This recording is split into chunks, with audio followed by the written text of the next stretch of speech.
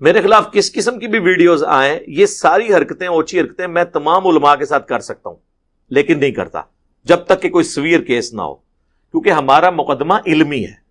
ہمارا جھگڑا ان کے ساتھ یہ نہیں ہے کہ یہ گمراہ ہے یا ان کا فرقہ جو ہے جہنمی ہے، جس طرح یہ میرے بارے میں کہتے ہیں. ہم تو علمی اختلاف کرتے ہیں، جب ان کے پیچھے نمازیں پڑھتے ہیں پیچھے تو ساری بات ہی ختم ہو گئی. ان کا جھگڑا ہمارے ساتھ ایک سمجھ لیں وہی جھگڑا ہے جو مال پانی چندوں کا. حالانکہ میں کئی بار سوچتا ہوں یار ہم کسی سے چندہ نہیں لیتے ہیں، کوئی اپنے فرقہ لانچ نہیں کیا، مسجد نہیں کی، پھر آپ لوگ کیوں اس دشمنی پہ اترے میں؟ جبکہ ہمارے اسٹوڈنٹس نمازیں بھی آپ کے پیچھے پڑھتے ہیں، پھر آپ کا تو میرا جھگڑے کیوں نہیں ہونا چاہیے؟ میں تو آپ کو کمپیٹیٹر ہے ہی نہیں ہوں. اور پھر اس سے بڑی بات میں تو جاہل ہوں. جاہل کو کون سنتا ہے؟ ہاں نہ میرے پاس کوئی ڈگری ہے، میری کیا ورتھ ہے؟ تو وہ جاہل کہہ کے انہوں نے اپنا جو لبادہ اوڑا ہوا تھا وہ کھول کے پبلک کے سامنے کر دیا. ان کو پتا چل گیا نہیں بھائی یہ جو دعوت لانچ ہو رہی ہے یہ کوئی عام دعوت نہیں ہے. جس طرح وہ کیسر روم کو جب بتایا گیا نا کہ عرب آ گئے ہیں تو اس کا جرنیل کہنے لگا کہ عربی پہلے بھی آتے ہیں لوٹ مار کر کے چلے جائیں گے. اس نے کہا نا اس دفعہ یہ لوٹ مار کرنے نہیں آئے، یہ ہم سے ہماری زمین لینے آیا ہے، کیونکہ پیغمبر کی سپورٹ کے ساتھ لانچ ہوئے ہیں. اور پھر آپ نے دیکھا ہے نا رومن امپائر گر گئی. تو جو ویژن والے لوگ ہوتے ہیں ان کو پتا، ان کو بھی یہ پتا چل گیا ہے کہ یہ کوئی عام دعوت نہیں ہے، بلکہ کہنا چاہیے کوئی عام دعوت نہیں تھی.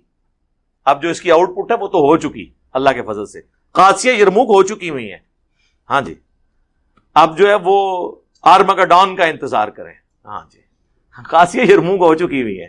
یہ اس قسم کے معاملات تو آندہ بھی کوئی چیز ملے میں اپنی ویڈیوز میں کہتا ہوں کہ آپ اس کو فالو کریں. بھائی تشریحی طور پہ بعض اوقات ایک جگہ ایک لفظ موجود ہے دوسری جگہ موجود نہیں ہے. مثلا میں نے سنن ابی داؤد سے حدیث بیان کی کہ حضرت حسن ابن علی کی شہادت کی خبر جب امیر شام کے دربار میں آئی، مقدام بن مادی کرب موجود تھے، تو ان کو مخاطب کر کے امیر شام نے کہا، امیر شام سے مراد ان کے حضرت یزید کے والد صاحب، کہ مقدام تمہیں پتہ ہے حسن فوت ہو گئے ہیں. تو انہوں نے پڑھا انا للہ و انا الیہ راجعون. تو پھر ایک جو چمچا تھا اس نے کہا کہ حسن تو ایک آگ کا انگارہ تھا جسے اللہ نے بجھا دیا. یعنی آگ کا وہ انگارہ جس میں کبھی بھی آگ پڑ سکتی تھی، یعنی خطرہ تھا کہ ان کے ساتھ ٹریٹی کی ہوئی ہے، کبھی بھی امت کو جگا سکتے ہیں، تو جان چھوٹ گئی. تو ابو داؤد میں الفاظ ہیں کہ ایک مرد نے کہا کہ تم حسن کی موت کو مصیبت خیال کرتے ہو. تو میں نے اپنے لیکچر میں کہا کہ معاویہ نے کہا رضی اللہ عنہ، ہم تو احترام سے نام لیں گے. یہ کہتے ہیں نہیں معاویہ تو لکھا نہیں ہوا، وہ ابو داؤد میں تو نہیں لکھا ہوا، لیکن مسند احمد میں موجود ہے کہ معاویہ نے کہا. امام ابو داؤد کی عادت تھی کہ وہ اس طرح کے الفاظ میں کہیں رجل کہیں فلان یہ لکھ کے ان بندوں کے ناموں کو امت کے وسیع تر مفاد میں چھپا لیا کرتے تھے. تو بعض اوقات ایک جگہ ایک الفاظ ہوتے ہیں دوسری جگہ نہیں ہوتے. اس قسم کی میں نے کئی ایک مثالیں پیش کی ہیں. اب میرے صحابہ کو برا مت کہو، بخاری میں یہ آدھی حدیث ہے، مسلم میں یہ پوری ہے کہ عبد الرحمن بن عوف کو گالیاں دی تھی خالد بن ولید نے، تو حضور نے ان کو ڈانٹا تھا. تو ہو سکتا ہے کہ ایک جگہ وہ پوری حدیث موجود ہو، دوسری جگہ آدھی. اس قسم کے جو معاملات ہوں نا اس میں آپ ذرا دیکھ لیا کریں دقت نظر کے ساتھ کہ کون سے الفاظ کہاں پر ہیں کون سے کہاں. مثلا بخاری میں تو اتنی حدیث ہے کہ علی کی میرے ساتھ وہی نسبت ہے جو ہارون کی موسیٰ کے ساتھ، اور کل میں اس شخص کے ہاتھ میں جھنڈا دوں گا جس سے اللہ اور اس کا رسول محبت کرتے ہیں، وہ اللہ اور اس کے رسول سے محبت کرتا ہے، یعنی علی بن ابی طالب خیبر کے موقع پر. لیکن مسلم میں آگے الفاظ ہیں، حضرت ابو ہریرہ کہتے ہیں کہ حضرت عمر پوری زندگی اس بات پہ رشک کرتے تھے، وہ کہتے ہیں مجھے کبھی بھی یہ خواہش نہیں ہوئی کہ حضور مجھے جھنڈا دیں سوائے اس موقع کے جو خیبر کا موقع تھا. اب یہ الفاظ امام بخاری نے نقل نہیں کیے، امام مسلم نے حضرت عمر کا رشک علی بن ابی طالب پر نقل کیا ہے صحیح مسلم میں. اور کس کے حوالے سے؟ ابو ہریرہ کے حوالے سے، جن کے بارے میں میرا کلپ آیا کہ جو غالی رافضی حضرت ابو ہریرہ کے اوپر تبرہ کرتے ہیں. میں نے یہ ثابت کیا تھا کہ اہل بیت کی شان میں جتنی احادیث ہیں کریٹیکل وہ تمام حضرت ابو ہریرہ سے ہیں. اور بنو امیہ کے عہدے قبول کرنے کے باوجود حضرت ابو ہریرہ مرتے دم تک بنو امیہ کے مخالف رہے ہیں ان غلط پالیسیز کی وجہ سے. لہذا ان کے بارے میں بدگمانی نہ کریں. تو ہم پوری بیلنس گفتگو کرتے ہیں، اللہ کا شکر ہے کسی ایجنڈے پہ کام نہیں کر رہے ہوتے کہیں پہ کوئی مسئلہ مس ہینڈل ہوتا ہے میں اس کی بعد میں کلیریفیکیشن دے دیتا ہوں.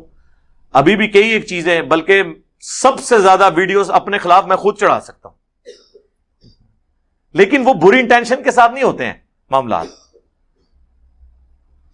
بعض اوقات بیان کرتے ہوئے انسان جذباتی ہو جاتا ہے، کوئی ایسی بات کر دیتا ہے، سخت الفاظ ہیں، ان پہ شخص شرعی گرفت تو نہیں ہوتی، لیکن اخلاقاً وہ چیزیں معاشرے کے اندر بری سمجھی جاتی ہیں. اس حوالے سے میں آپ سب کو نصیحت کروں گا، اس طرح کے جتنے کلپس ہیں، اس کے اوپر میں نے 1.5 گھنٹے کی ایک ویڈیو ریکارڈ کروا دی جب میرے اوپر جھوٹی FIR کٹوائی تھی انہوں نے. اس کا عنوان ہے وائی FIR کویسٹ ان لاہور ہائی کورٹ.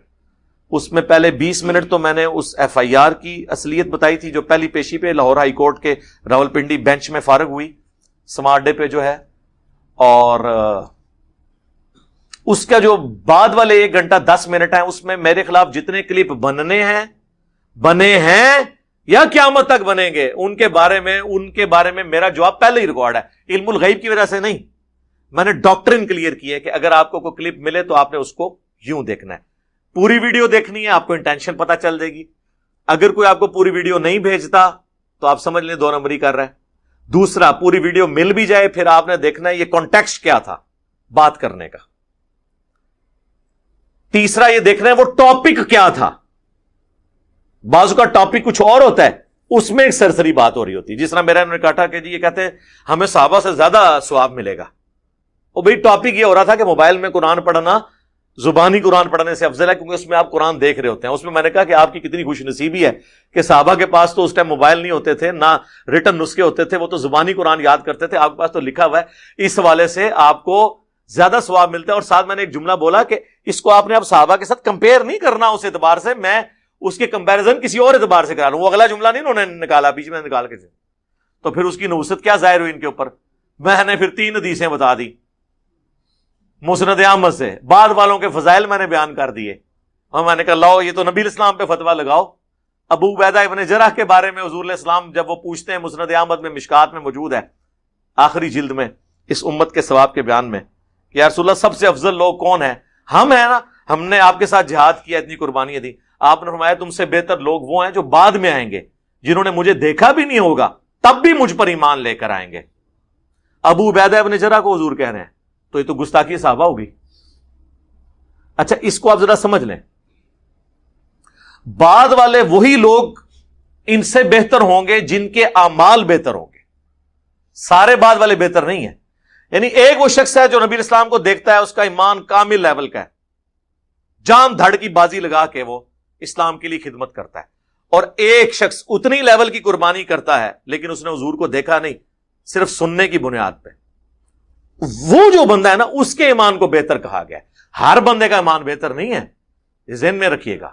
ہاں کیونکہ اللہ تعالیٰ نے سب کو بیلنس کیا ہے، کیونکہ نبی علیہ السلام کو جنہوں نے دیکھا ان کا تو ایمان جینون ہونا چاہیے. جن لوگوں نے حضور کے اتنے معجزات دیکھے، بخاری مسلم میں حدیث ہے آپ کی مبارک انگلیوں سے چشمے جاری ہوتے ہوئے دیکھے، ان کو تو کبھی بھی نبی علیہ السلام کے پیغمبر ہونے کے بارے میں یا اللہ کی ایگزسٹنس کے بارے میں وسوسہ بھی نہیں آئے گا. بخاری میں آتے عبداللہ ابن مسعود کہتے ہیں ہم نے کئی دفعہ حضور کے ساتھ کھانا کھایا اور ہم جب نوالا اٹھاتے تھے اس میں سے اللہ کی تسبیح کی آواز آ رہی ہوتی تھی حضور کی موجودگی کی برکت سے. تو جس بندے نے یہ اس لیول کی چیزیں خود آبزرو کی ہیں، اس کو حضور کی وفات کے بعد کبھی وام بھی آ سکتا ہے کہ یہ اللہ کے پیغمبر نہیں تھے، یا انہوں نے جو ہم سے آخرت کے وعدے کیے یہ جھوٹے تھے. اور وہ شخص اپنا تن من دھن اگر لوٹاتا ہے، اور اس کے مقابلے میں وہ شخص جس نے صرف صحابہ سے سنا ہے کہ یہ معجزات ہوئے تھے، خود نہیں دیکھے، لیکن وہ بھی اسی کمٹمنٹ سے لڑتا ہے قادسیہ اور یرموک میں، تو پھر آپ بتائیں نا کہ کس کو زیادہ فضیلت ملنی چاہیے.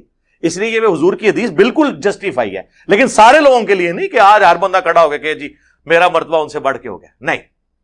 مثلاً اب اگر مجھ سے کوئی پوچھے جو فضیلت اللہ نے امام بخاری امام مسلم کو دی ہے، ان سے پہلے کسی شخص کو اس بڑی فضیلت یا اس کے بعد بھی ابھی تک مل سکی ہے کہ پورے کا پورا دین رسول اللہ کا ان کتابوں کے اوپر کھڑا ہے قرآن کے بعد صلی اللہ علیہ وآلہ وسلم.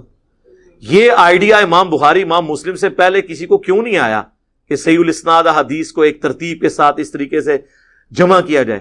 کیونکہ اس وقت کے ایشوز اور تھے. حضرت ابوبکر عمر عثمان علی یہ کام اپنے دور خلافت میں نہیں کروا سکے، اس وقت کے ایشوز اور تھے. اس سے بھی بڑھ کر اس زمانے میں ہمارے خلفاء قرآن کا ترجمہ دوسری زبانوں میں نہیں کروا سکے.